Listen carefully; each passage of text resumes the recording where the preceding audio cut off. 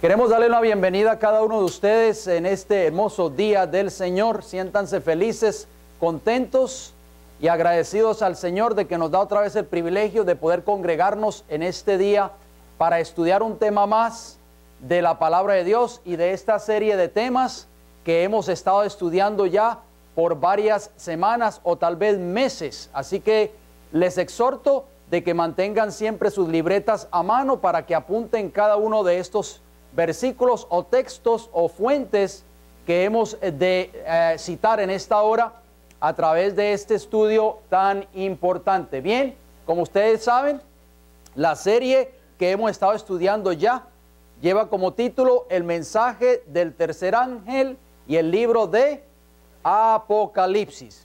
Así que todavía tenemos muchos temas que cubrir, no lo hemos cubierto todo, así que les exhorto de que mantengan su atención, presten mucha atención, mantengan siempre sus libretas a la mano para que así ustedes puedan anotar cada uno de esos textos bíblicos. Quiero decirles, antes de entrar de lleno al mensaje de esta hora, voy a esperar unos segundos para que así todos podamos estar atentos. El título del mensaje de esta hora es el mensaje del segundo ángel, la parte número 3. Quiero decir algo antes de comenzar. Presten mucha atención, por favor, mis queridos amigos y hermanos aquí presentes y las personas tal vez que nos están viendo a través de este video.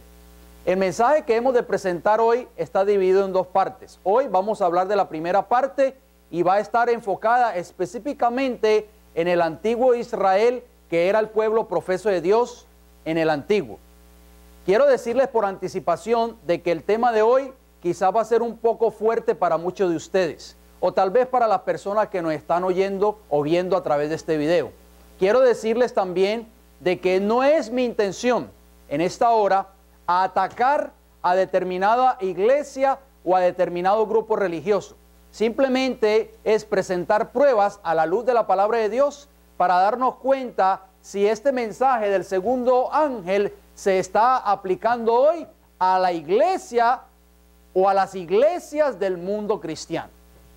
Por favor, no me vayan a malinterpretar, no vayan a tomarlo de que como que esto es un ataque directo a determinada iglesia. Simplemente es mostrar las evidencias a la luz de la palabra de Dios, porque es el mensaje del segundo ángel. Y nosotros, en el tiempo del fin, hemos de dar esos mensajes a toda la nación, tribu, lengua y pueblo. Son mensajes muy duros, son mensajes muy fuertes. Quizás muchas personas se van a ofender o muchos cuerpos religiosos se van a ofender como producto de estos mensajes, pero recuerden, no es el mensajero en sí, sino el mensaje que va a traer esta controversia en el tiempo del fin.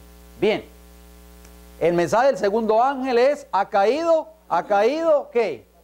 Babilonia. Muy bien, ya hemos estudiado, tenemos dos temas ya estudiados acerca de este mensaje. Hoy es la parte número 3 y el versículo que hemos de usar a continuación lo vamos a tener presente en nuestra mente el resto de este estudio.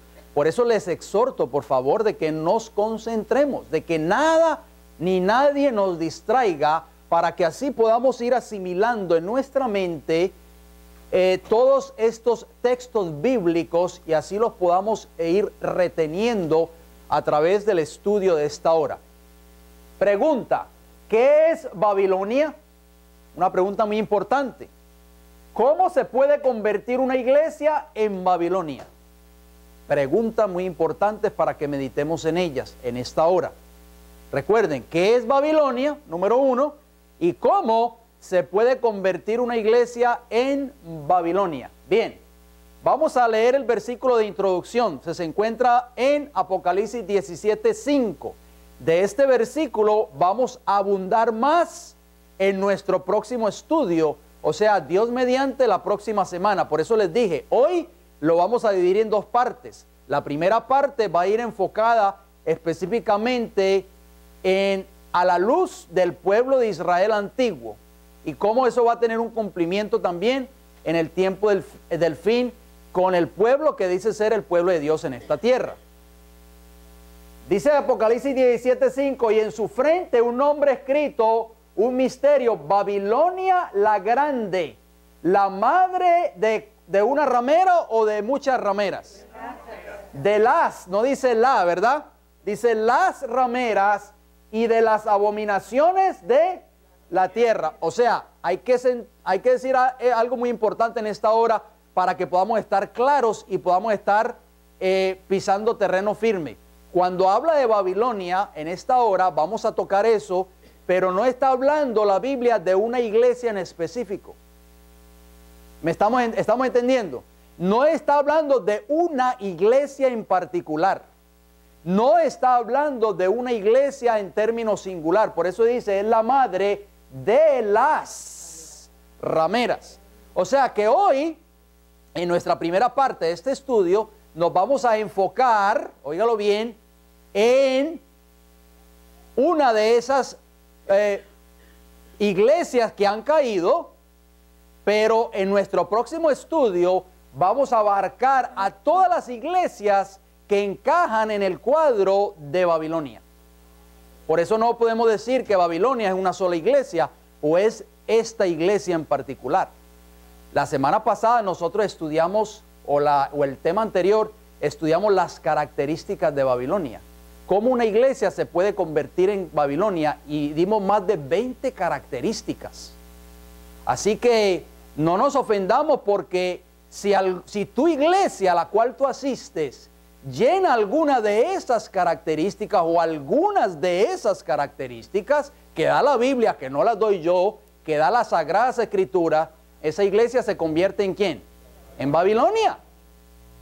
Bien, volvemos y leemos el texto, por favor, mantengamos este texto en nuestra mente el resto de este estudio.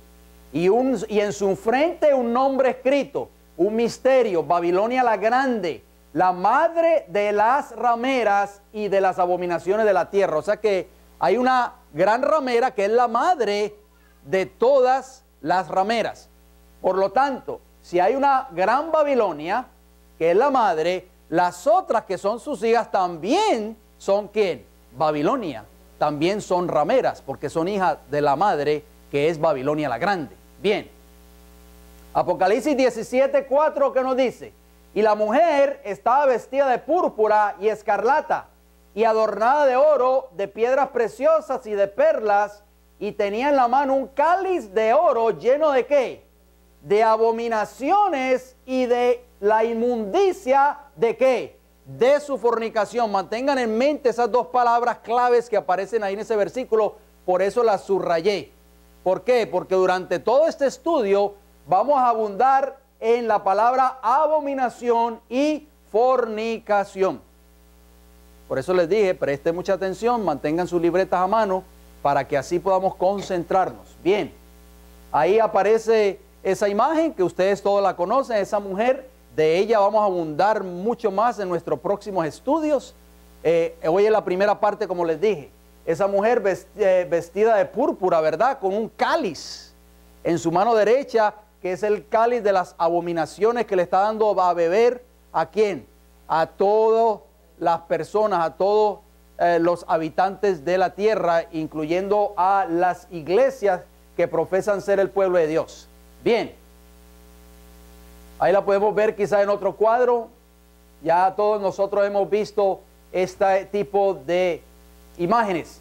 En el antiguo Dios hace un pacto con su pueblo, que era la iglesia del Antiguo Testamento, una unión matrimonial. Cuando Dios escogió al pueblo de Israel antiguo, óigalo bien, Dios hizo un pacto con ellos, ¿verdad? Entonces, significa que Él quiso casarse con esa iglesia, casarse con el pueblo de Israel. Vamos a ver qué nos dice la Biblia en cuanto a eso. Éxodo 19, versículos 4 al 6 nos dice: vosotros visteis lo que hice a los egipcios y cómo os tomé sobre alas de águilas y os he traído a mí. Está hablando Jehová a través de Moisés, por supuesto. Ahora pues, si diereis oído a mi voz y guardareis mi pacto, óigalo bien, ahí está la condición. Tenían que oír ¿qué cosa? Número 1, la voz de Dios. Y número 2, guardar su pacto. ¿Qué iba a suceder? Vosotros seréis mi ¿qué? mi especial tesoro sobre todos los pueblos, porque mía es toda la tierra, y vosotros me seréis un reino de sacerdotes y gente santa. Estas cosas, estas son las palabras que dirás, ¿a quién? A los hijos de Israel. Bien, ahí está claro. Ya nosotros hemos leído esos textos muchas veces, no tenemos ni que abundar en ellos. Ese es el pacto que Dios hizo con Israel antiguo.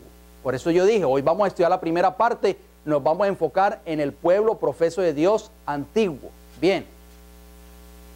¿Cuál fue la respuesta del pueblo de Israel ante el pacto por parte de Dios? ¿Cuál fue la respuesta? Ya nosotros la conocemos, pero la vamos a leer. Éxodo 19, 7 y 8, que nos dice: entonces vino Moisés y llamó a los ancianos del pueblo y expuso en presencia de ellos todas estas palabras que Jehová le había mandado. ¿Cuántas palabras? ¿Todas? ¿Dejó algo sin decir? No, todas. Se lo dijo al pueblo de Israel. Bien, vamos a ver qué dijo el pueblo de Israel en el siguiente versículo, versículo 8. Y todo el pueblo respondió a una y dijeron: todo lo que Jehová ha dicho haremos. Y Moisés refirió a Jehová las palabras del pueblo. ¿Qué hizo el pueblo de Israel? ¿Aceptó el pacto de Jehová, sí o no? ¿Aceptó las condiciones de Jehová, sí o no? Todo lo que Jehová ha dicho, ¿qué dijeron ellos? Haremos. Bien, muy importante. Dios es ¿quién? El esposo, de acuerdo a Jeremías 31, 32. O sea, Jehová quería casarse con su pueblo cuando hizo ese pacto con él. Por eso lo sacó de Egipto, de la cautividad de Egipto. Piensen bien, porque esto tiene una connotación para el pueblo profeso de Dios en el tiempo del fin. Porque al igual que Dios sacó a su pueblo de Israel de Egipto, también Dios en determinado momento de la historia sacó a su pueblo, ¿de dónde? De Babilonia. Y quiso hacer un pacto con él. Quiso casarse con él. Lo mismo. Bien, Jeremías 31, 32, ¿qué nos dice? No como el pacto que hice con sus padres el día que tomé su mano para sacarlos de la tierra de Egipto, porque ellos invalidaron mi pacto, aunque fui yo, ¿qué cosa? ¿Un qué? Un marido para ellos, dice ¿quién? Jehová. ¿Qué quiso hacer Dios con su pueblo? Casarse con su pueblo, un marido, un esposo para él. ¿Qué hizo ese pueblo? ¿Obedeció todas las palabras del pacto? No, ahí dice claramente que ellos invalidaron el pacto. Fueron infieles a él. O sea, hermanos, esto nos dice a nosotros algo muy importante que nosotros tenemos que aprender. El hecho de que nosotros seamos el pueblo de Dios en esta tierra y que nos llamemos como querramos llamarnos y nos sintamos orgullosos del nombre denominacional que llevamos, pero si no estamos cumpliendo el pacto o las condiciones que están en la palabra de Dios, nosotros dejamos de ser, ¿qué cosa? El pueblo de Dios. ¿Me están entendiendo? Así sucedió con el pueblo de Israel. Dios no cambia, no crean que para nosotros es diferente. Dios sigue siendo el mismo, Dios no cambia. Las mismas condiciones que tuvo el pueblo de Israel están para el Israel moderno en el tiempo del fin. Y si nosotros como iglesia que decimos ser el pueblo de Dios en esta tierra, no cumplimos las condiciones que Dios ha establecido en su palabra, nosotros dejamos de ser el pueblo de Dios. ¿Oyeron eso? Bien. La iglesia es ¿qué? La novia. De acuerdo a Ezequiel ¿qué? 16:8. Muy importante. Y pasé yo otra vez junto a ti y te miré. Y he aquí que tu tiempo era tiempo de ¿qué? De amores. Y extendí mi manto sobre ti y cubrí tu desnudez. Y te di juramento y entré en pacto contigo, dice Jehová el Señor, y fuiste ¿qué? Mía. O sea, Jehová quiso hacer de Israel su esposa. ¿Fuiste qué? Mía. Entró en pacto con Israel, con la iglesia. En profecía bíblica, una mujer, una novia, como aparece allí en esa imagen, es símbolo de la iglesia, del pueblo de Dios. ¿Cómo van las novias al altar? ¿Vestidas de qué? De blanco, ¿verdad? Así es. ¿Cómo debe estar la iglesia de Dios cuando Cristo venga a esta tierra? De acuerdo a Efesios capítulo 5, versículo 25 en adelante. Sin mancha, sin arruga y sin contaminación. Una iglesia ¿qué? Pura. ¿Verdad? Bien. ¿Qué sucedió después? Pregunta. Ya nosotros conocemos la historia, obviamente, pero esto es para que meditemos en estas preguntas. Israel se convierte en una iglesia infiel y se va a buscar a otros, ¿qué? Amantes. No se conformó con tener a su esposo, que era Jehová, sino que quiso, ¿qué? Buscar otros amantes. Eclesiastés 1:9, ¿qué nos dice? ¿Qué es lo que fue? Lo mismo que será. ¿Qué es lo que ha sido hecho? Lo mismo que se hará, y nada hay nuevo debajo del sol. ¿Qué quiero decir con ese versículo? ¿Qué queremos establecer? Que lo que le sucedió al pueblo de antiguo Israel, también le sucederá al pueblo que dice ser el pueblo de Dios en esta tierra. ¿Oyeron eso? ¿Por qué? Porque recuerden, cuando nosotros nos apartamos de las condiciones establecidas en la palabra del Señor, caemos en lo mismo que cayó el antiguo Israel. Ahí está, la condición está ahí. Pero si nosotros somos infieles al pacto de Dios, pues vamos a correr las mismas consecuencias. Bien, Ezequiel 16:2, 14 y 15, que nos dice: hijo de hombre, notifica a quién. ¿A quién? Dice ahí. ¿Quién era Jerusalén en los tiempos de Ezequiel? ¿A quién representaba? A la iglesia de Dios. Notifica a Jerusalén sus ¿qué? Abominaciones. Oiga, pregunto, hago una pausa ahí. ¿Era un trabajo fácil ser profeta en los tiempos de Ezequiel? ¿Ah? ¿Qué ustedes creen? ¿Cuántos de nosotros nos atrevemos a notificar a Israel hoy sus abominaciones? Cuando Dios nos dé un mensaje y nos diga, notifica a la iglesia que dice ser el pueblo de Dios sus abominaciones, ¿cuántos de nosotros estamos dispuestos a hacerlo? Sigue leyendo el texto. Y salió tu renombre entre las naciones a causa de tu hermosura, porque era, ¿qué? Perfecta, era, tiempo pasado. Era renombre, era conocida, ¿qué cosa? Mundialmente hablando. Era hermosa porque tenía las bendiciones que Dios le había dado a esta iglesia. Sigue diciendo, vamos a ver qué nos dice el versículo 15 de Ezequiel 16. No lo leímos. Bueno, bien, parece que se me pasó por alto. No, hagamos una pausa ahí, porque noten bien, hijo de hombre, notifica a Jerusalén, ¿qué cosa? Sus abominaciones. Volvemos y caemos a Apocalipsis 17:5, y en su frente un nombre escrito, un misterio, Babilonia la grande, la madre de ¿qué? De las rameras y de ¿qué? De las abominaciones de la tierra. O sea que Israel ya estaba, cuando Ezequiel dio ese mensaje, Israel estaba cayendo, estaba cometiendo o haciendo ¿qué cosa? Abominaciones. Y si estaba cometiendo o haciendo abominaciones, se había convertido en ¿qué? En ramera, y por lo tanto era ¿qué? Babilonia. Así de simple. Eso es lo que significa Apocalipsis 17:5. Por eso les dije que lo tuvieran en mente. Vamos a seguir leyendo. A causa de mi hermosura que yo puse sobre ti, dice Jehová el Señor, pero confiaste en tu hermosura y ¿qué? Te prostituiste a causa de tu renombre y derramaste tus fornicaciones, a cuantos pasaron suya eras. ¿Qué sucedió con el Israel antiguo? Dejó de ser el pueblo de Dios. ¿Por qué? Porque se prostituyó. ¿Qué es prostituirse? ¿Qué hace una mujer que es prostituta? Se prostituye, ¿verdad? O sea, cuando la Biblia habla de prostituirse, hablando acerca del pueblo de Israel, está hablando, diciéndole prácticamente el profeta de que esa iglesia se había convertido en prostituta o en ramera. Palabras fuertes, ¿verdad? Pero él las dijo. ¿Por qué Ezequiel las dijo? Y por qué hoy muchos no tienen el valor de decirlo.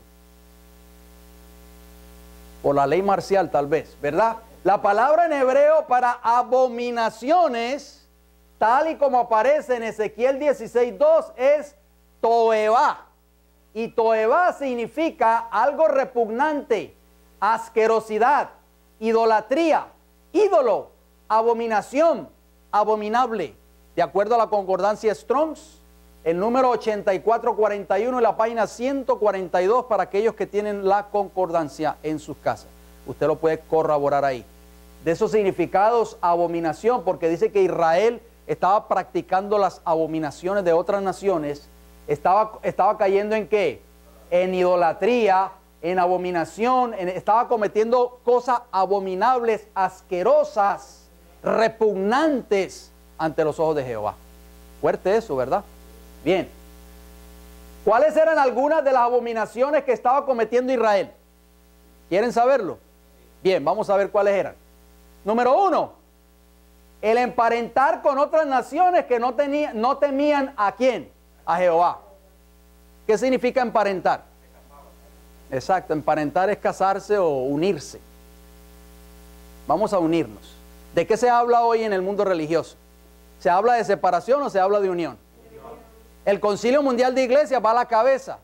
Roma Papal también. Tenemos que unirnos. No podemos estar separados, y eso vamos a ver más adelante en un video. Tenemos que unirnos a través de convenios y concilios, a través de pactos. Y eso fue lo que sucedió con el Israel antiguo. Emparentó con otras naciones que no temían a Jehová. Y cuando digo que no temían a Jehová, quiere decir que no obedecían los mandamientos de Jehová. Bien, Esdras 9:14, ¿qué nos dice? Hemos de volver a infringir tus mandamientos y a emparentar con pueblos que cometen estas abominaciones.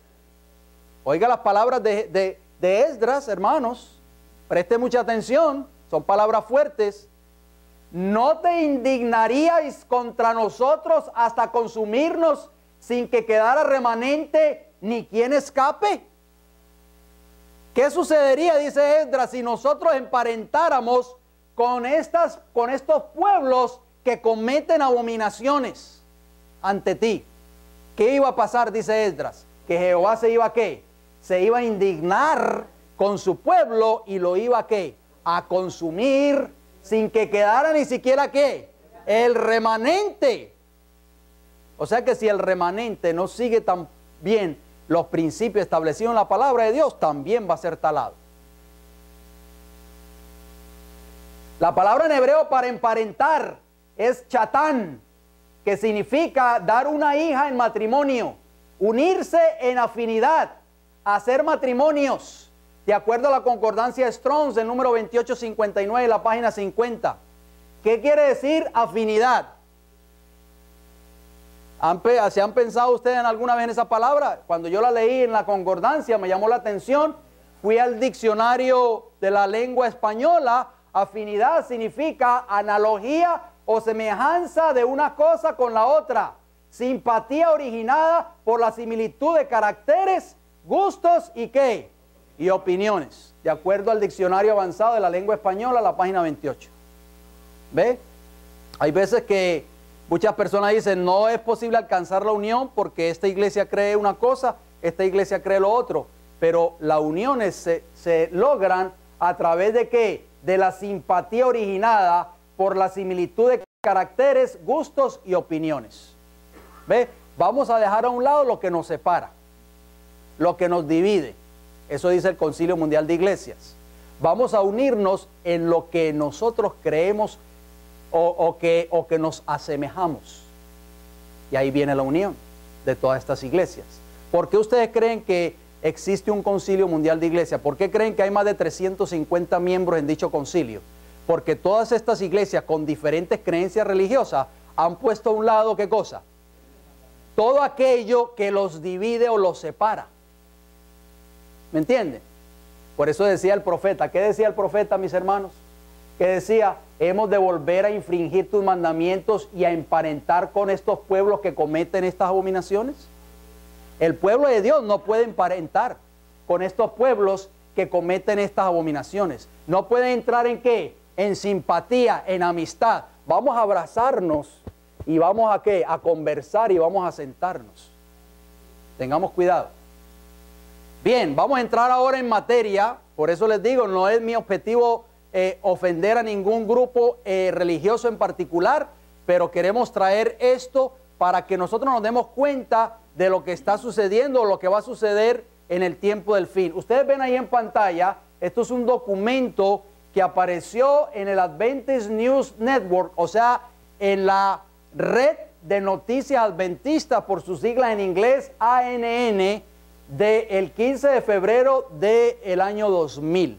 Muchos de ustedes tal vez han leído ese documento anteriormente, pero voy a leer una porción de este documento. Y déjame decirle que cuando esa noticia salió en el año 2000, eso salió en todas las redes de noticias adventistas y no adventistas.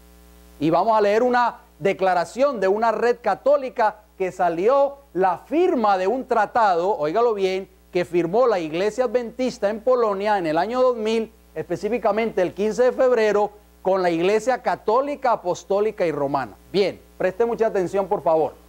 Dice, adventistas y católicos firman ¿qué? Pacto. Esto salió en una red católica, lo que vamos a leer a continuación. Preste mucha atención. Esto no salió en ninguna revista adventista, ni en ningún círculo de noticias adventista, lo que vamos a leer a continuación. Preste mucha atención. Dice, después de 15 años en diálogo ecuménico, ¿cuántos años llevaban dialogando? 15 años. El 15 de febrero del año 2000, la Iglesia Adventista firmó un acuerdo con la Iglesia Católica de no atacarse mutuamente. Bien, vamos a ver cómo termina este artículo. Dice, este pacto implica que la Iglesia Católica ya no puede oficialmente llamar secta a la Iglesia Adventista a cambio de que los adventistas no digan que la Iglesia Católica es la gran ramera, la bestia, el anticristo, etc. Esto usted lo puede encontrar en catholic.net. Esto es fuerte, hermanos, porque esto es una noticia que salió en una red católica. Usted lo puede encontrar en el internet. Esto no es un misterio, esto yo no lo he sacado por allí de unas catatumbas. No, esto está a la luz de todo el que quiera leerlo en la internet. Y dice claramente allí que ese pacto involucraba ¿qué cosa? De que la Iglesia Adventista ya no le diga a la Iglesia Católica de que es la gran ramera, la bestia o el anticristo. Bien, vamos a entrar de lleno a leer unas cláusulas de ese pacto. ¿Se acuerda lo que significaba la palabra afinidad? ¿Se acuerdan? Bien, no se les olvide. La Iglesia Adventista del séptimo día no puede ser tratada como un nuevo movimiento religioso, dice el artículo, o como una secta. Declara un tratado entre la Iglesia Católica Romana y la Iglesia Adventista en Polonia, después de 15 años de diálogo dirigido al mejor entendimiento de la enseñanza y la práctica del católico y las iglesias adventistas, así como relaciones de mejoramiento sin comprometer, ¿qué cosa? La identidad de cada una. ¿Ve? No vamos a comprometer nuestra propia identidad, simplemente nos vamos a abrazar en lo que nosotros vamos a acordar. Bien, sigue diciendo el artículo. Sin embargo, óigalo bien, por eso lo subrayé, ambos lados afirman una necesidad de cultivar, ¿qué cosa? El respeto del uno para el otro y aprender a entenderse el uno al otro. Tenemos que aprender a respetarnos uno a los otros ya y a entendernos los unos a los otros. Esta es una vuelta importante de acontecimientos para nuestra iglesia, dice el catedrático Zacharias Liko, quien por muchos años fue responsable de los asuntos públicos de la Iglesia Adventista en Polonia. Este desarrollo no es un resultado de crítica, ataques públicos o confrontación, pero la bondad cristiana del uno hacia el otro y el respeto para la dignidad de una persona humana. Qué maravilloso documento, ¿verdad? Tenemos que amarnos ya prácticamente los unos a los otros, no más ataques, no más críticas, no más ataques públicos. Tenemos que, lo más importante, la bondad cristiana del uno hacia el otro y el respeto por la dignidad de cada persona. Bien, nosotros hemos sido mal interpretados, sigue diciendo este líder adventista, y a menudo ¿qué? Ridiculizados. Como para nosotros quisimos sentarnos juntos y reconocer que el amor cristiano requiere una clase diferente de relación en la sociedad que formamos parte. ¿Qué era lo que motivaba esa reunión? El amor, ¿qué cosa? Cristiano. Yo les pregunto a ustedes, ¿Jesús se sentó con los escribas y los fariseos a transigir con ellos? ¿Sí o no? ¿Y Cristo amaba a los escribas y a los fariseos, sí o no? Claro que sí, pero nunca se sentó a transigir con ellos. ¿Por qué? Porque ellos no quisieron seguir el evangelio de Jesús, obedecer la palabra de Dios. Bien, como adventistas del séptimo día procuramos tomar un acercamiento positivo a otra fe. hemos declarado esto públicamente y este documento afirma nuestra actitud, añadió él. Ahí está, Adventist News Network, o sea, red de noticias adventistas, 15 de febrero del año 2000. Usted lo puede encontrar en la internet, el documento completito, usted lo puede imprimir y si usted desea obtenerlo, yo se lo puedo mandar vía correo electrónico. Muy bien. Bien, número 2, la adoración ¿a qué? A ídolos. Eso fue lo que causó también la caída del pueblo de Israel antiguo. Nehemías 9, 18 y 26 que nos dice, además, cuando hicieron para sí becerro de fundición y dijeron, este es tu Dios que te hizo subir de Egipto, y cometieron grandes ¿qué? Abominaciones. ¿Qué hicieron ellos? ¿Qué es una abominación entonces también? Levantar ¿qué cosa? Ídolos. Pero te provocaron a ira y se rebelaron contra ti y echaron tu ley tras tus espaldas y mataron a tus profetas que protestaban contra ellos para convertirlos a ti, e hicieron grandes ¿qué? Abominaciones. ¿Qué hicieron con el don que Dios le dio a esa iglesia antigua? El espíritu de profecía. ¿Qué hicieron con ellos? Con los profetas. Lo echaron a un lado. ¿Qué hicieron con la ley de Dios? La echaron a un lado. ¿De qué manera hoy se echa la ley de Dios a un lado? No rechazarla abiertamente, pero podemos decir de que la ley es imposible guardarla, de que nadie va a poder ser perfecto hasta que Cristo venga. Eso es echar exactamente la ley a nuestras espaldas. ¿Y qué hicieron ellos? Cometieron grandes ¿qué? Abominaciones. Muy importante eso. Número 3, la casa de Jehová fue ¿qué? Profanada. Jeremías 7:30, porque los hijos de Judá han hecho lo malo ante mis ojos, dice ¿quién? Jehová. Pusieron sus abominaciones ¿dónde? En la casa sobre la cual fue invocado mi nombre, amancillándola. ¿Dónde pusieron ellos sus abominaciones? Dentro de la casa de Jehová. El templo de Jehová, el templo que Dios había levantado en los tiempos de Salomón, única y exclusivamente para la adoración del verdadero Dios. ¿Qué les parece a ustedes? ¿Hasta dónde llegó el pueblo de Israel? Metió las abominaciones de otras naciones en la misma casa de Jehová. Increíble. Ezequiel 8:6 que nos dice, hijo de hombre, ¿no ves lo que estos hacen? Las grandes abominaciones que la casa de Israel hace aquí para alejarme de mi santuario. Pero vuélvete aún y verás abominaciones mayores. Ezequiel 8:13, 14 y 16, vamos a ver cuáles eran una de esas abominaciones que ellos habían metido en la casa de Jehová. Ezequiel 8:13 dice, me dijo después, vuélvete aún, verás abominaciones mayores que hacen estos. Y me llevó a la entrada de la puerta de la casa de Jehová, que está al norte, y he aquí mujeres que estaban allí sentadas endechando ¿a quién? A Tamuz. De eso hemos hablado mucho en esta iglesia. ¿Quién era Tamuz? ¿Quién era Tamuz? ¿El hijo de quién? De Semiramis, o sea, Baal.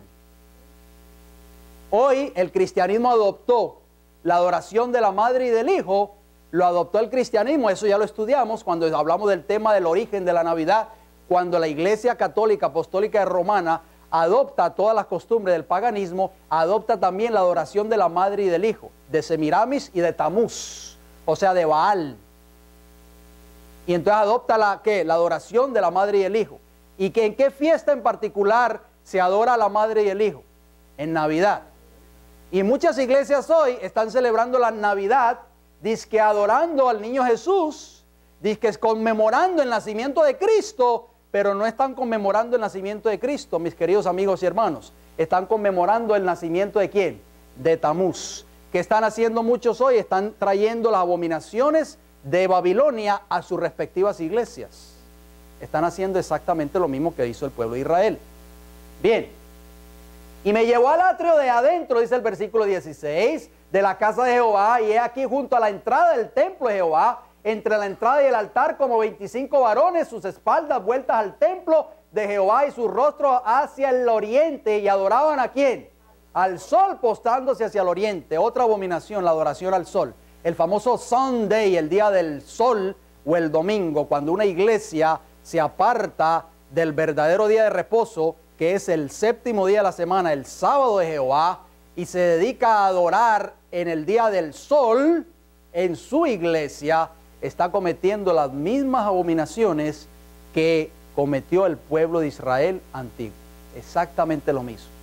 Trayendo la adoración solar, la adoración del sol, del día domingo, que tiene su origen en Babilonia, Sunday, por eso se le llama Sunday, día del sol, trayéndola, ¿qué cosa? Incorporándola al culto de Dios.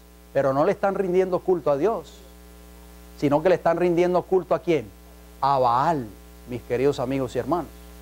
Son palabras fuertes, pero hay que decirlas porque están en la palabra del Señor. Bien, número 4. Israel tomó sus joyas e hizo de ellas ¿qué cosa? ¿Cuáles joyas? Hermana Onyx, ¿cuáles joyas serán? Vamos a ver. Ezequiel 16, 17 y 39 nos dice: tomaste asimismo tus hermosas alhajas. ¿Qué es una alhaja? ¿Qué es una alhaja? Una joya. Te va al diccionario y busca la palabra alhaja, y la definición para alhaja es joya. Tomaste, en otras palabras, tus hermosas joyas de oro y de plata que yo te había dado, y te hiciste imágenes de hombre y fornicaste con ellas. ¡Wow! ¿Qué hizo el pueblo de Israel? ¿Qué hizo con esas joyas que Dios le había dado? ¿Ah? Las convirtió en ¿qué? En imágenes de ¿qué? De hombre. Y fornicó con ellas. Muy importante. La palabra en hebreo para fornicaste, como aparece allí en Ezequiel 16, 17, porque dice, y fornicaste con ellas, es saná. Y saná significa cometer adulterio, cometer idolatría, fornicar, ser o jugar a una ¿qué? Ramera. De acuerdo a la concordancia Strong, del número 2181 y la página 38. O sea que cuando Dios le dijo al pueblo de Israel, en otras palabras, tú tomaste las joyas que yo te di, te hiciste ídolos de hombre con ellas y fornicaste, o sea que te convertiste en una ramera. ¿Y cuáles serán esas joyas? Dice el versículo 39, y te entregaré en mano de ellos, y destruirán tus lugares altos, y derribarán tus altares, y te despojarán de tus ropas, se llevarán tus hermosas alhajas, y te dejarán desnuda y descubierta. Ay, hermanos, ¿cuál es el plan de Satanás? Lo que hizo Nabucodonosor en los tiempos de el pueblo antiguo Israel. Llegar a Israel, llegar a Jerusalén, la iglesia, y sacar de la iglesia las alhajas, las joyas que Dios le había dado a esta iglesia, y llevárselas ¿a dónde? A Babilonia. Y dejarla ¿cómo? ¿Cómo la dejó? Desnuda. ¿Qué se nos viene a la mente cuando hablamos de desnuda? El mensaje de la iglesia de la Odisea, ¿verdad? Porque te ruego o te exhorto que de mí compres ¿qué? Oro, vestiduras para que te cubras, colirio. Ahí está. ¿Cómo está la Odisea? Desnuda. ¿Por qué? Porque le han quitado ¿qué cosa? Sus ropas, y le han quitado sus alhajas, sus joyas. Bien. Estamos viviendo en los postreros días, dice esa declaración, cuando se aceptan y creen ¿qué cosa? Errores del carácter más engañoso, al par que se descarta ¿qué cosa? La verdad. Se aceptan errores, pero se descarta ¿qué cosa? La verdad. El Señor tendrá tanto a los predicadores como a la gente por responsables de la luz que resplandece sobre su senda. Los ministros que conocen, que dicen conocer la verdad, pero que están enseñando errores, Dios los va a tomar en cuenta en el día del juicio. Así que este es un llamado para estos ministros que nos están escuchando en esta hora, que han escondido la verdad, que la han sepultado y están presentando errores. ¿Ídolos de qué? De hombres hacia el pueblo de Israel. O sea, doctrinas de hombres, mandamientos de hombres. Y eso es lo que están enseñando hoy en las iglesias, estos ministros. Sigue diciendo la declaración. Nos llama a trabajar diligentemente para juntar ¿qué cosa? La joya de ¿qué? De verdad. Y ponerla en el marco del evangelio. Han de resplandecer con toda su divina belleza en las tinieblas morales del mundo. De acuerdo a Obreros Evangélicos, la página 306, usted lo puede leer esa declaración allí. ¿Qué representan las joyas, Jorgito, entonces? La verdad, mis hermanos. La verdad que Dios le dio a esta iglesia. Las grandes verdades que Dios le dio a esta iglesia. Pero ¿qué ha hecho Babilonia? ¿Qué ha hecho? Ha venido, ha invadido y le ha quitado ¿qué cosa? Las alhajas, las joyas. Por eso muchos hoy dicen, ¿y por qué estas verdades que se predicaban hace 30 años o 40 años atrás cuando yo vine a esta iglesia, ya hoy no se hablan? Ya hoy no se predican. ¿Alguno de ustedes no le ha dicho eso a usted? Ajá. Número 5, el santuario de Jehová fue contaminado. ¿Y qué? Y el sábado fue ¿qué? Profanado. Preste mucha atención. Ezequiel 22, 8 y 22 dice: mi santuario menospreciaste y mis días de sábado has ¿qué? Profanado. Sus sacerdotes violaron mi ley y contaminaron ¿qué? Mis santuarios. ¿Qué había pasado con el sábado? Profanado. El sábado hoy, ¿estará siendo profanado? Claro que sí. Está siendo pisoteado por las iglesias del mundo protestante. Y también está siendo profanado por aquellos que dicen ser el pueblo de Dios en esta tierra. Porque el sábado ha dejado de ser el día especial de adoración a Jehová. Muchos hoy lo toman ya como algo insignificante. Ya lo toman como un día cualquiera de la semana. Están profanando el día de reposo. Contaminaron mis santuarios. Entre lo santo y lo profano no hicieron ¿qué?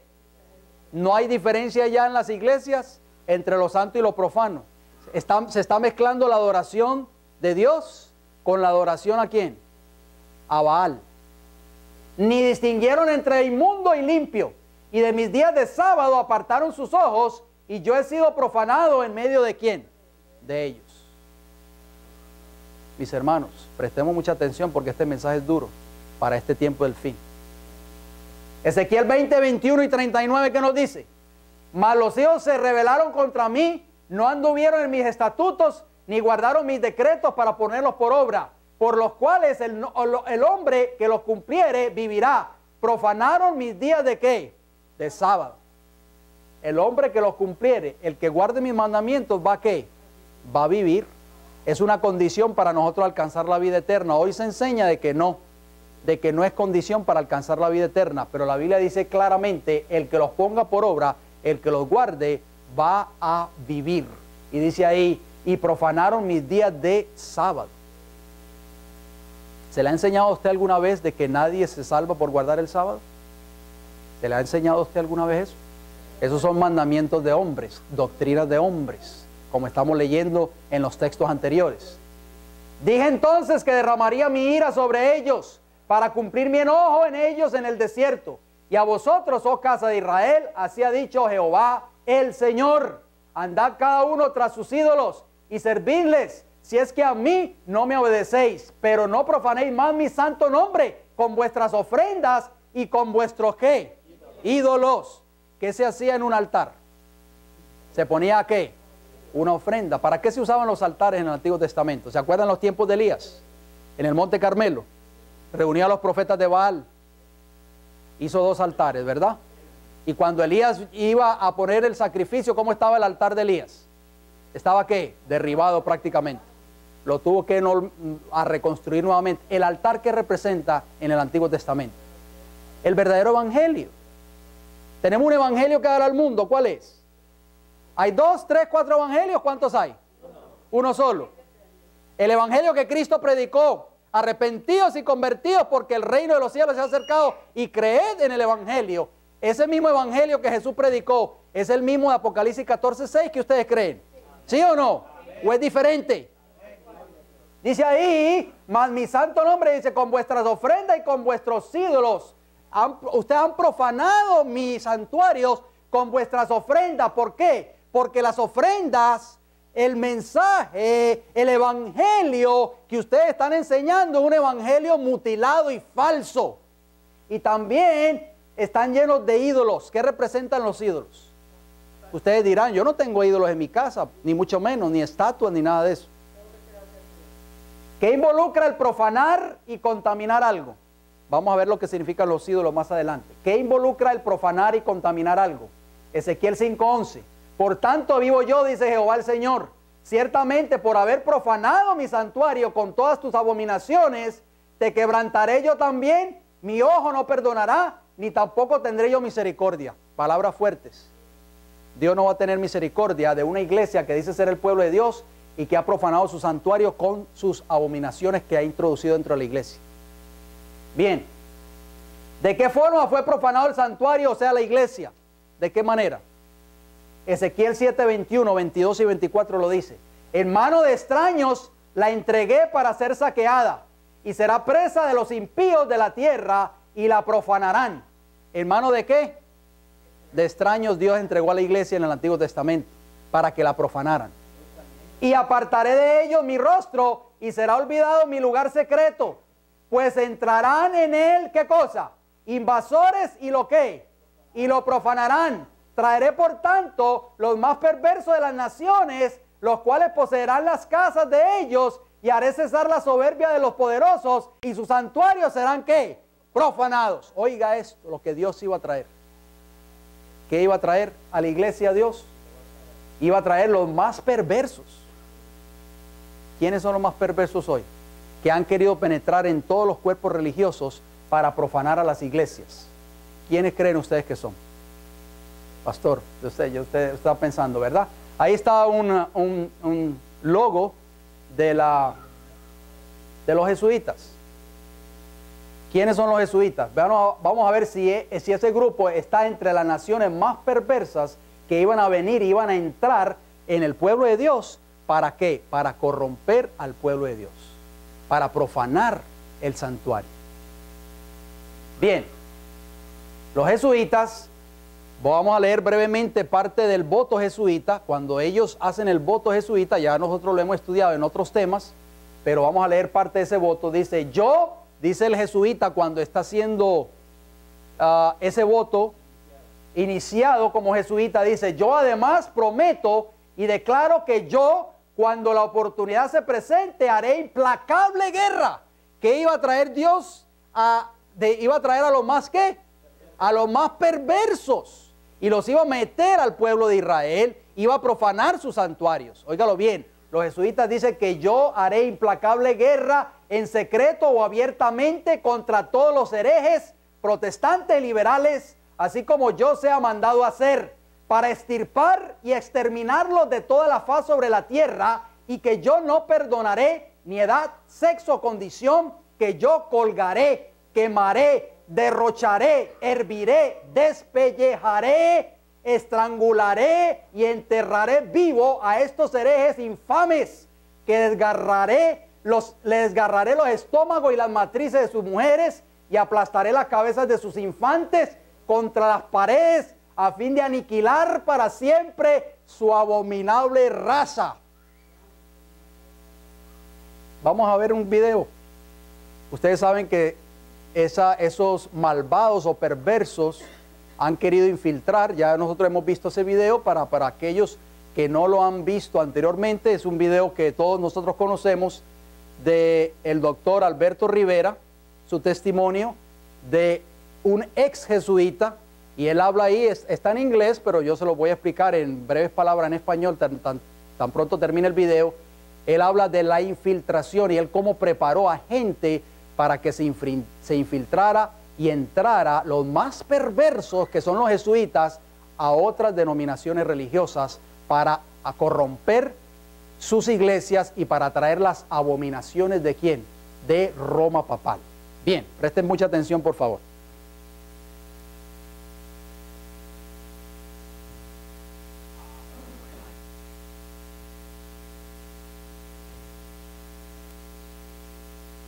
¿Qué pasó?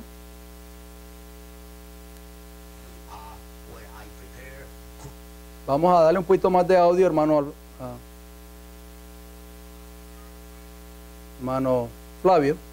¿Estamos listos? Bien. Where I prepare Cursillistas, the Legion of Mary, the Blue Army, many of these militant organizations. I train and prepare how they can become Baptists, how they can become Adventists, how they can become Methodists, how they can become Presbyterian, how they can become Pentecostal, and all these areas where they must infiltrate any area. You bring up one of the... Bien, ahí podemos darnos cuenta, ya nosotros hemos visto ese video muchas veces aquí, donde él da testimonio, este pastor que se convirtió después, se hizo un pastor cristiano, pero es ex sacerdote jesuita, del doctor Alberto Rivera, donde él da testimonio donde él dice que él preparó a todos estos ejércitos de Roma, las legiones de María y todos estos ejércitos, para infiltrar otras denominaciones religiosas y para que estos infiltrantes se convirtieran en pastores adventistas, metodistas, pentecostales, bautistas, en fin. Ahí podemos ver de la infiltración de, como dice el libro de Ezequiel, que iba a venir. Por la falta de alimento espiritual en la iglesia, se profana también ¿a quién? A Jehová. Óigalo bien, muy importante. Ezequiel 13:19 dice: y habéis de profanarme entre mi pueblo por puñados de ¿qué? De cebada y por pedazos de pan, matando a las personas que no deben morir y dando vida a las personas que no deben vivir, mintiendo a mi pueblo que escucha ¿qué cosa? La mentira. Ah, mis hermanos, ¿qué estaban haciendo? ¿Qué iba a hacer? ¿Qué estaba haciendo el pueblo de Israel en ese tiempo? Estaba profanando a Dios. ¿De qué forma?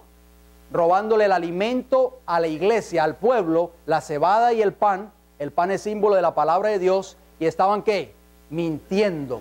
Estaban presentando mensajes de mentira y no la verdad.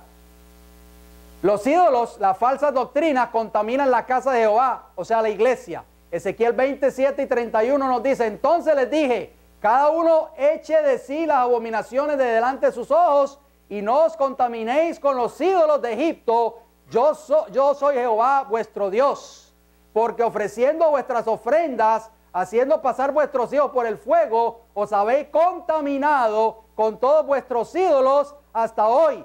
Y he de responderos yo, casa de Israel, vivo yo, dice Jehová el Señor, que no os responderé. ¿Qué significan los ídolos? ¿Qué representan los ídolos hoy?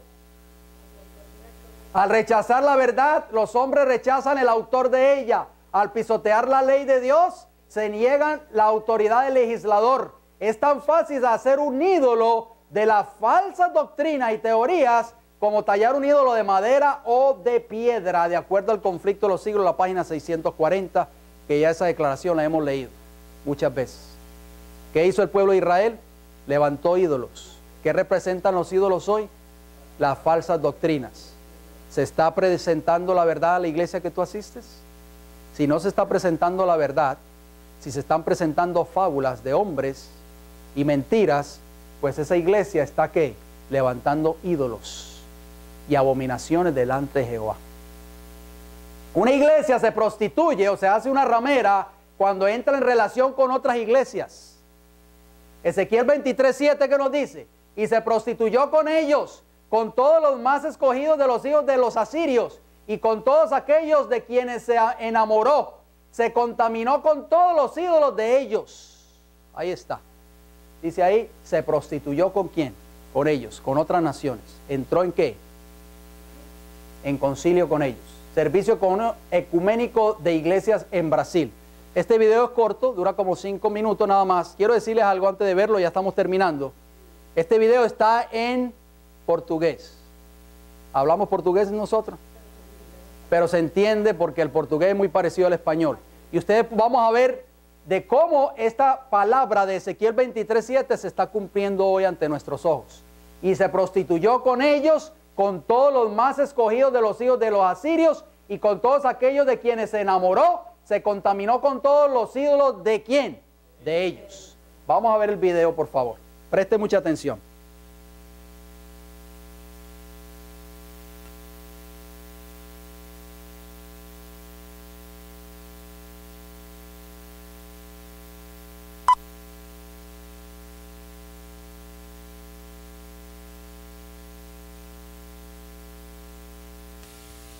Uma iniciativa que busca fortalecer o ecumenismo, a união entre as igrejas cristãs. Esse foi o tema central dessa celebração realizada na paróquia São Luís Gonzaga, localizada na Avenida Paulista, em São Paulo. E essa celebração comemorou o 40º aniversário do decreto Unitatis Redintegratio, promulgado pelo Papa Paulo VI em 1964. Esse documento aborda a relação da Igreja Católica Apostólica Romana com as outras igrejas. A Igreja Católica tem uma missão, porque ela se entende fiel servidora de Jesus, de restaurar aquela unidade que foi perdida já há muitos séculos atrás. Neste ano, então, 40 anos deste esforço, muitas instituições foram surgindo ao longo deste tempo e agradecemos a Deus tantas pessoas e tanta criatividade nesta dimensão. E eu vejo isso como uma grande esperança, porque a única coisa que resolve no mundo é a união entre todos, a começar a união entre nós cristãos. A celebração ecumênica realizada na paróquia São Luís Gonzaga, como não poderia deixar de ser, contou com a presença de representantes de outras igrejas, irmãs da Igreja Católica Apostólica Romana. E a gente precisa de Con representantes de otras iglesias. Vamos a ver cuáles fueron los representantes que están apelando por la unidad de todas las iglesias allí en Brasil. Presten mucha atención. Este es el representante de la iglesia ortodoxa. deixar as palavras de lado e dar exemplo. Eu estou aqui, vim hoje aqui, a convite do colega aí, do padre, para mostrar que anglicanos e romanos estão juntos nesta caminhada de unidade das igrejas. A unidade entre os membros, entre o corpo de Cristo é muito importante. Então, nós não devemos ter acepção, fazer acepção entre o povo de Deus, né? Pelo contrário, devemos nos unir, ganharmos força para que o nome de Cristo seja exaltado e para que a pessoa de Jesus possa voltar logo, né? Para que nós possamos concluir logo essa obra tão divina, tão especial que nós almejamos. Independente das diferenças, né? Eu acho que nós estamos prestando um culto a Deus, que é o único, e eu acho que é importante essa união das igrejas. Em seu pronunciamento, o rabino Henri Sobel falou que o trabalho de ecumenismo e diálogo entre as igrejas não seria possível sem a atuação dos papas João XXIII e João Paulo II. Ahí ustedes pueden ver la representación de todas estas iglesias que aparecieron allí. Lo podemos ver en pantalla. Y estas iglesias están trabajando ¿por qué? Por la unidad. Cuando la iglesia que dice ser el pueblo de Dios pierde su identidad como tal, se divorcia de su esposo, Cristo, y se une a otro marido. Ezequiel 16:45 lo dice. Hija, ¿eres tú de tu madre que desechó a su marido? ¿Se acuerda que estudiamos al principio que Dios quiso casarse con su pueblo? ¿Qué hizo el pueblo de Israel antiguo? Desechó a su marido y a sus hijos. Y hermana, ¿eres tú de tus hermanas que desecharon a sus maridos y a sus hijos? Vuestra madre fue Tea y vuestro padre ¿qué? Amorreo. Los hijos de una madre ramera siguen el ejemplo de ella. Ezequiel 16:48, vivo yo, dice Jehová el Señor, que Sodoma, tu hermana, y sus hijas no han hecho como hiciste tú y tus hijas. Por el pecado de una iglesia ramera, Dios la entregará en manos de ¿quién? De sus enemigos. Palabras fuertes. Ezequiel 16:30, 37 al 39 dice, cuán inconstante es tu corazón, dice Jehová el Señor, habiendo hecho todas estas cosas, obras de una ¿qué? Ramera desvergonzada. Por tanto, he aquí que yo reuniré a todos tus enamorados con los cuales tomaste placer, y todos los que amaste con todos los que aborreciste, y los reuniré alrededor de ti, y les descubriré tu desnudez, y ellos verán toda tu desnudez, y yo te juzgaré por las leyes de las adúlteras y de las que derraman sangre, y traeré sobre ti sangre de ¿qué? De ira y de celos, y te entregaré en manos de ellos, y destruirán tus lugares altos, y derribarán tus altares, y te despojarán de tus ropas, se llevarán tus hermosas alhajas, y te dejarán desnuda y descubierta. Eso es lo que van a hacer todas estas iglesias del concilio ecuménico. Van a quitarle todas las verdades a la iglesia que dice ser el pueblo de Dios, le van a quitar todas sus alhajas. Y ustedes oyeron el testimonio de estas personas. La unión es buena porque adoramos un mismo Dios. La unión es buena, tenemos que unirnos como iglesias. Y eso es lo que está sucediendo en el tiempo en que estamos viviendo. El pueblo de Dios tal vez no se está dando cuenta de ello. La ira de Jehová será derramada contra una iglesia que ha cometido abominación. Ezequiel 7, 5 al 8. Así ha dicho Jehová el Señor, un mal. He aquí que viene un mal. Viene el fin viene. Se ha despertado contra ti. He aquí que viene. La mañana viene para ti, oh morador de la tierra. El tiempo viene, cercano está el día. Día de tumulto y no de alegría sobre los montes. Ahora pronto derramaré mi ira sobre ti, cumpliré en ti mi furor y te juzgaré según tus caminos y pondré sobre ti tus abominaciones. La ira de Jehová va a ser derramada con una iglesia infiel. contra una iglesia infiel, a pesar de que la iglesia estaba en rebelión y apostasía. ¿Qué enseñaban sus líderes o ministros? ¿Qué enseñaban? Jeremías 7:4-11, no fiéis en palabras de mentira. ¿Se acuerda lo que estudiamos anterior? Predicaban palabras de mentira. Habían quitado el pan, habían quitado la cebada y estaban presentando palabras de mentira. No os fiéis en palabras de mentira diciendo, templo de Jehová, templo de Jehová, templo de Jehová es este. Esta es la iglesia de Dios, esta sigue siendo la iglesia de Dios. Eso era lo que estaban enseñando prácticamente los líderes en aquel entonces. Es cueva de ladrones delante de vuestros ojos esta casa sobre la cual es invocado mi nombre, dice el profeta Jeremías. He aquí que también yo la veo, dice Jehová. ¿Qué se había convertido la casa de Dios? ¿En qué? En cueva de ladrones. Y ellos decían, templo de Jehová es este, templo de Jehová es este, templo de Jehová es este. Bien. ¿Cuál es el último llamado de misericordia que Dios hace en el tiempo del fin? Apocalipsis 18:2-4. Y clamó con voz potente diciendo, ha caído la gran Babilonia, y se ha hecho habitación de demonios y guarida de todo espíritu inmundo y albergue de toda ave inmunda y aborrecible. Esta palabra Babilonia no se aplica a una iglesia en particular, que eso es lo que vamos a estudiar en la segunda parte de nuestro próximo estudio. Eso se aplica a todas las iglesias del cristianismo que se han convertido en rameras y que le han sido infieles a Dios. Y oí otra voz del cielo que decía, salid de ella, pueblo mío, para que no seáis partícipes de sus pecados, ni recibáis parte de ¿qué? De sus plagas. ¿Qué vamos a hacer nosotros hoy, mis hermanos? ¿Vamos a seguir unidos a una iglesia que se ha apartado de la verdad? El Señor nos está haciendo un llamado en el tiempo del fin, a salir de ella, pueblo mío. ¿Por qué? Porque Dios quiere tener misericordia de su pueblo fiel que esté todavía en Babilonia. ¿Por qué? Porque Babilonia le ha sido infiel a Dios, se ha apartado de Él. Y aún, aunque se diga ser el pueblo de Dios, aunque lleve el nombre del pueblo de Dios como el pueblo de Israel en el antiguo, que decía ser el pueblo de Israel, pero se había apartado de los caminos del Señor y se había convertido en Babilonia. El Señor nos está haciendo un llamado a nosotros, porque la ira de Jehová, las 7 postreras plagas, van a caer sobre estas iglesias apóstatas en el tiempo del fin. Y el Señor no quiere que tú, ni que yo, ni las personas que nos están viendo a través de este video, participemos de las abominaciones y del pecado de Babilonia la Grande. Que el Señor te bendiga en esta hora. La próxima semana vamos a entrar de lleno a hablar acerca de la gran ramera, que es la madre de todas las rameras, Babilonia la Grande, y ahí nos vamos a enfocar un poquito más en cuanto a eso. Vamos a ir de rodillas para terminar con una oración.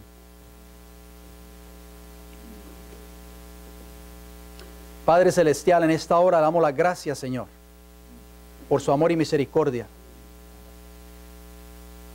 Reconocemos de que este mensaje ha sido fuerte tal vez para muchos de nosotros hoy, tal vez para las personas que nos están viendo este video, pero no es nuestra intención, Señor, atacar, sino presentar con una así dice Jehová, la condición, Señor, en que se encuentran las iglesias del cristianismo moderno hoy, para que así nosotros podamos despertarnos y podamos salir de la condenación que va a caer sobre Babilonia la Grande en el tiempo del fin. Señor, este mensaje no es un mensaje de odio, sino que es un mensaje de misericordia, porque tú quieres que nosotros salgamos de Babilonia, quieres que salgamos de las abominaciones que se están cometiendo en muchas de estas iglesias que han deshonrado tu santo nombre, que han sepultado tu verdad, han pisoteado tus mandamientos y han apedreado tus profetas. Por favor, Padre Celestial, ayúdanos a despertarnos. Si este mensaje no nos despierta, ¿cuál nos despertará? Bendiga a este pueblo aquí presente. Bendiga a cada persona que nos está viendo a través de este video, de que estos mensajes, Señor, puedan ser de un despertar para el tiempo del fin. Se lo pedimos y se lo agradecemos todo en el bendito nombre de Jesús. Amén. Que Dios me los bendiga grande y poderosamente.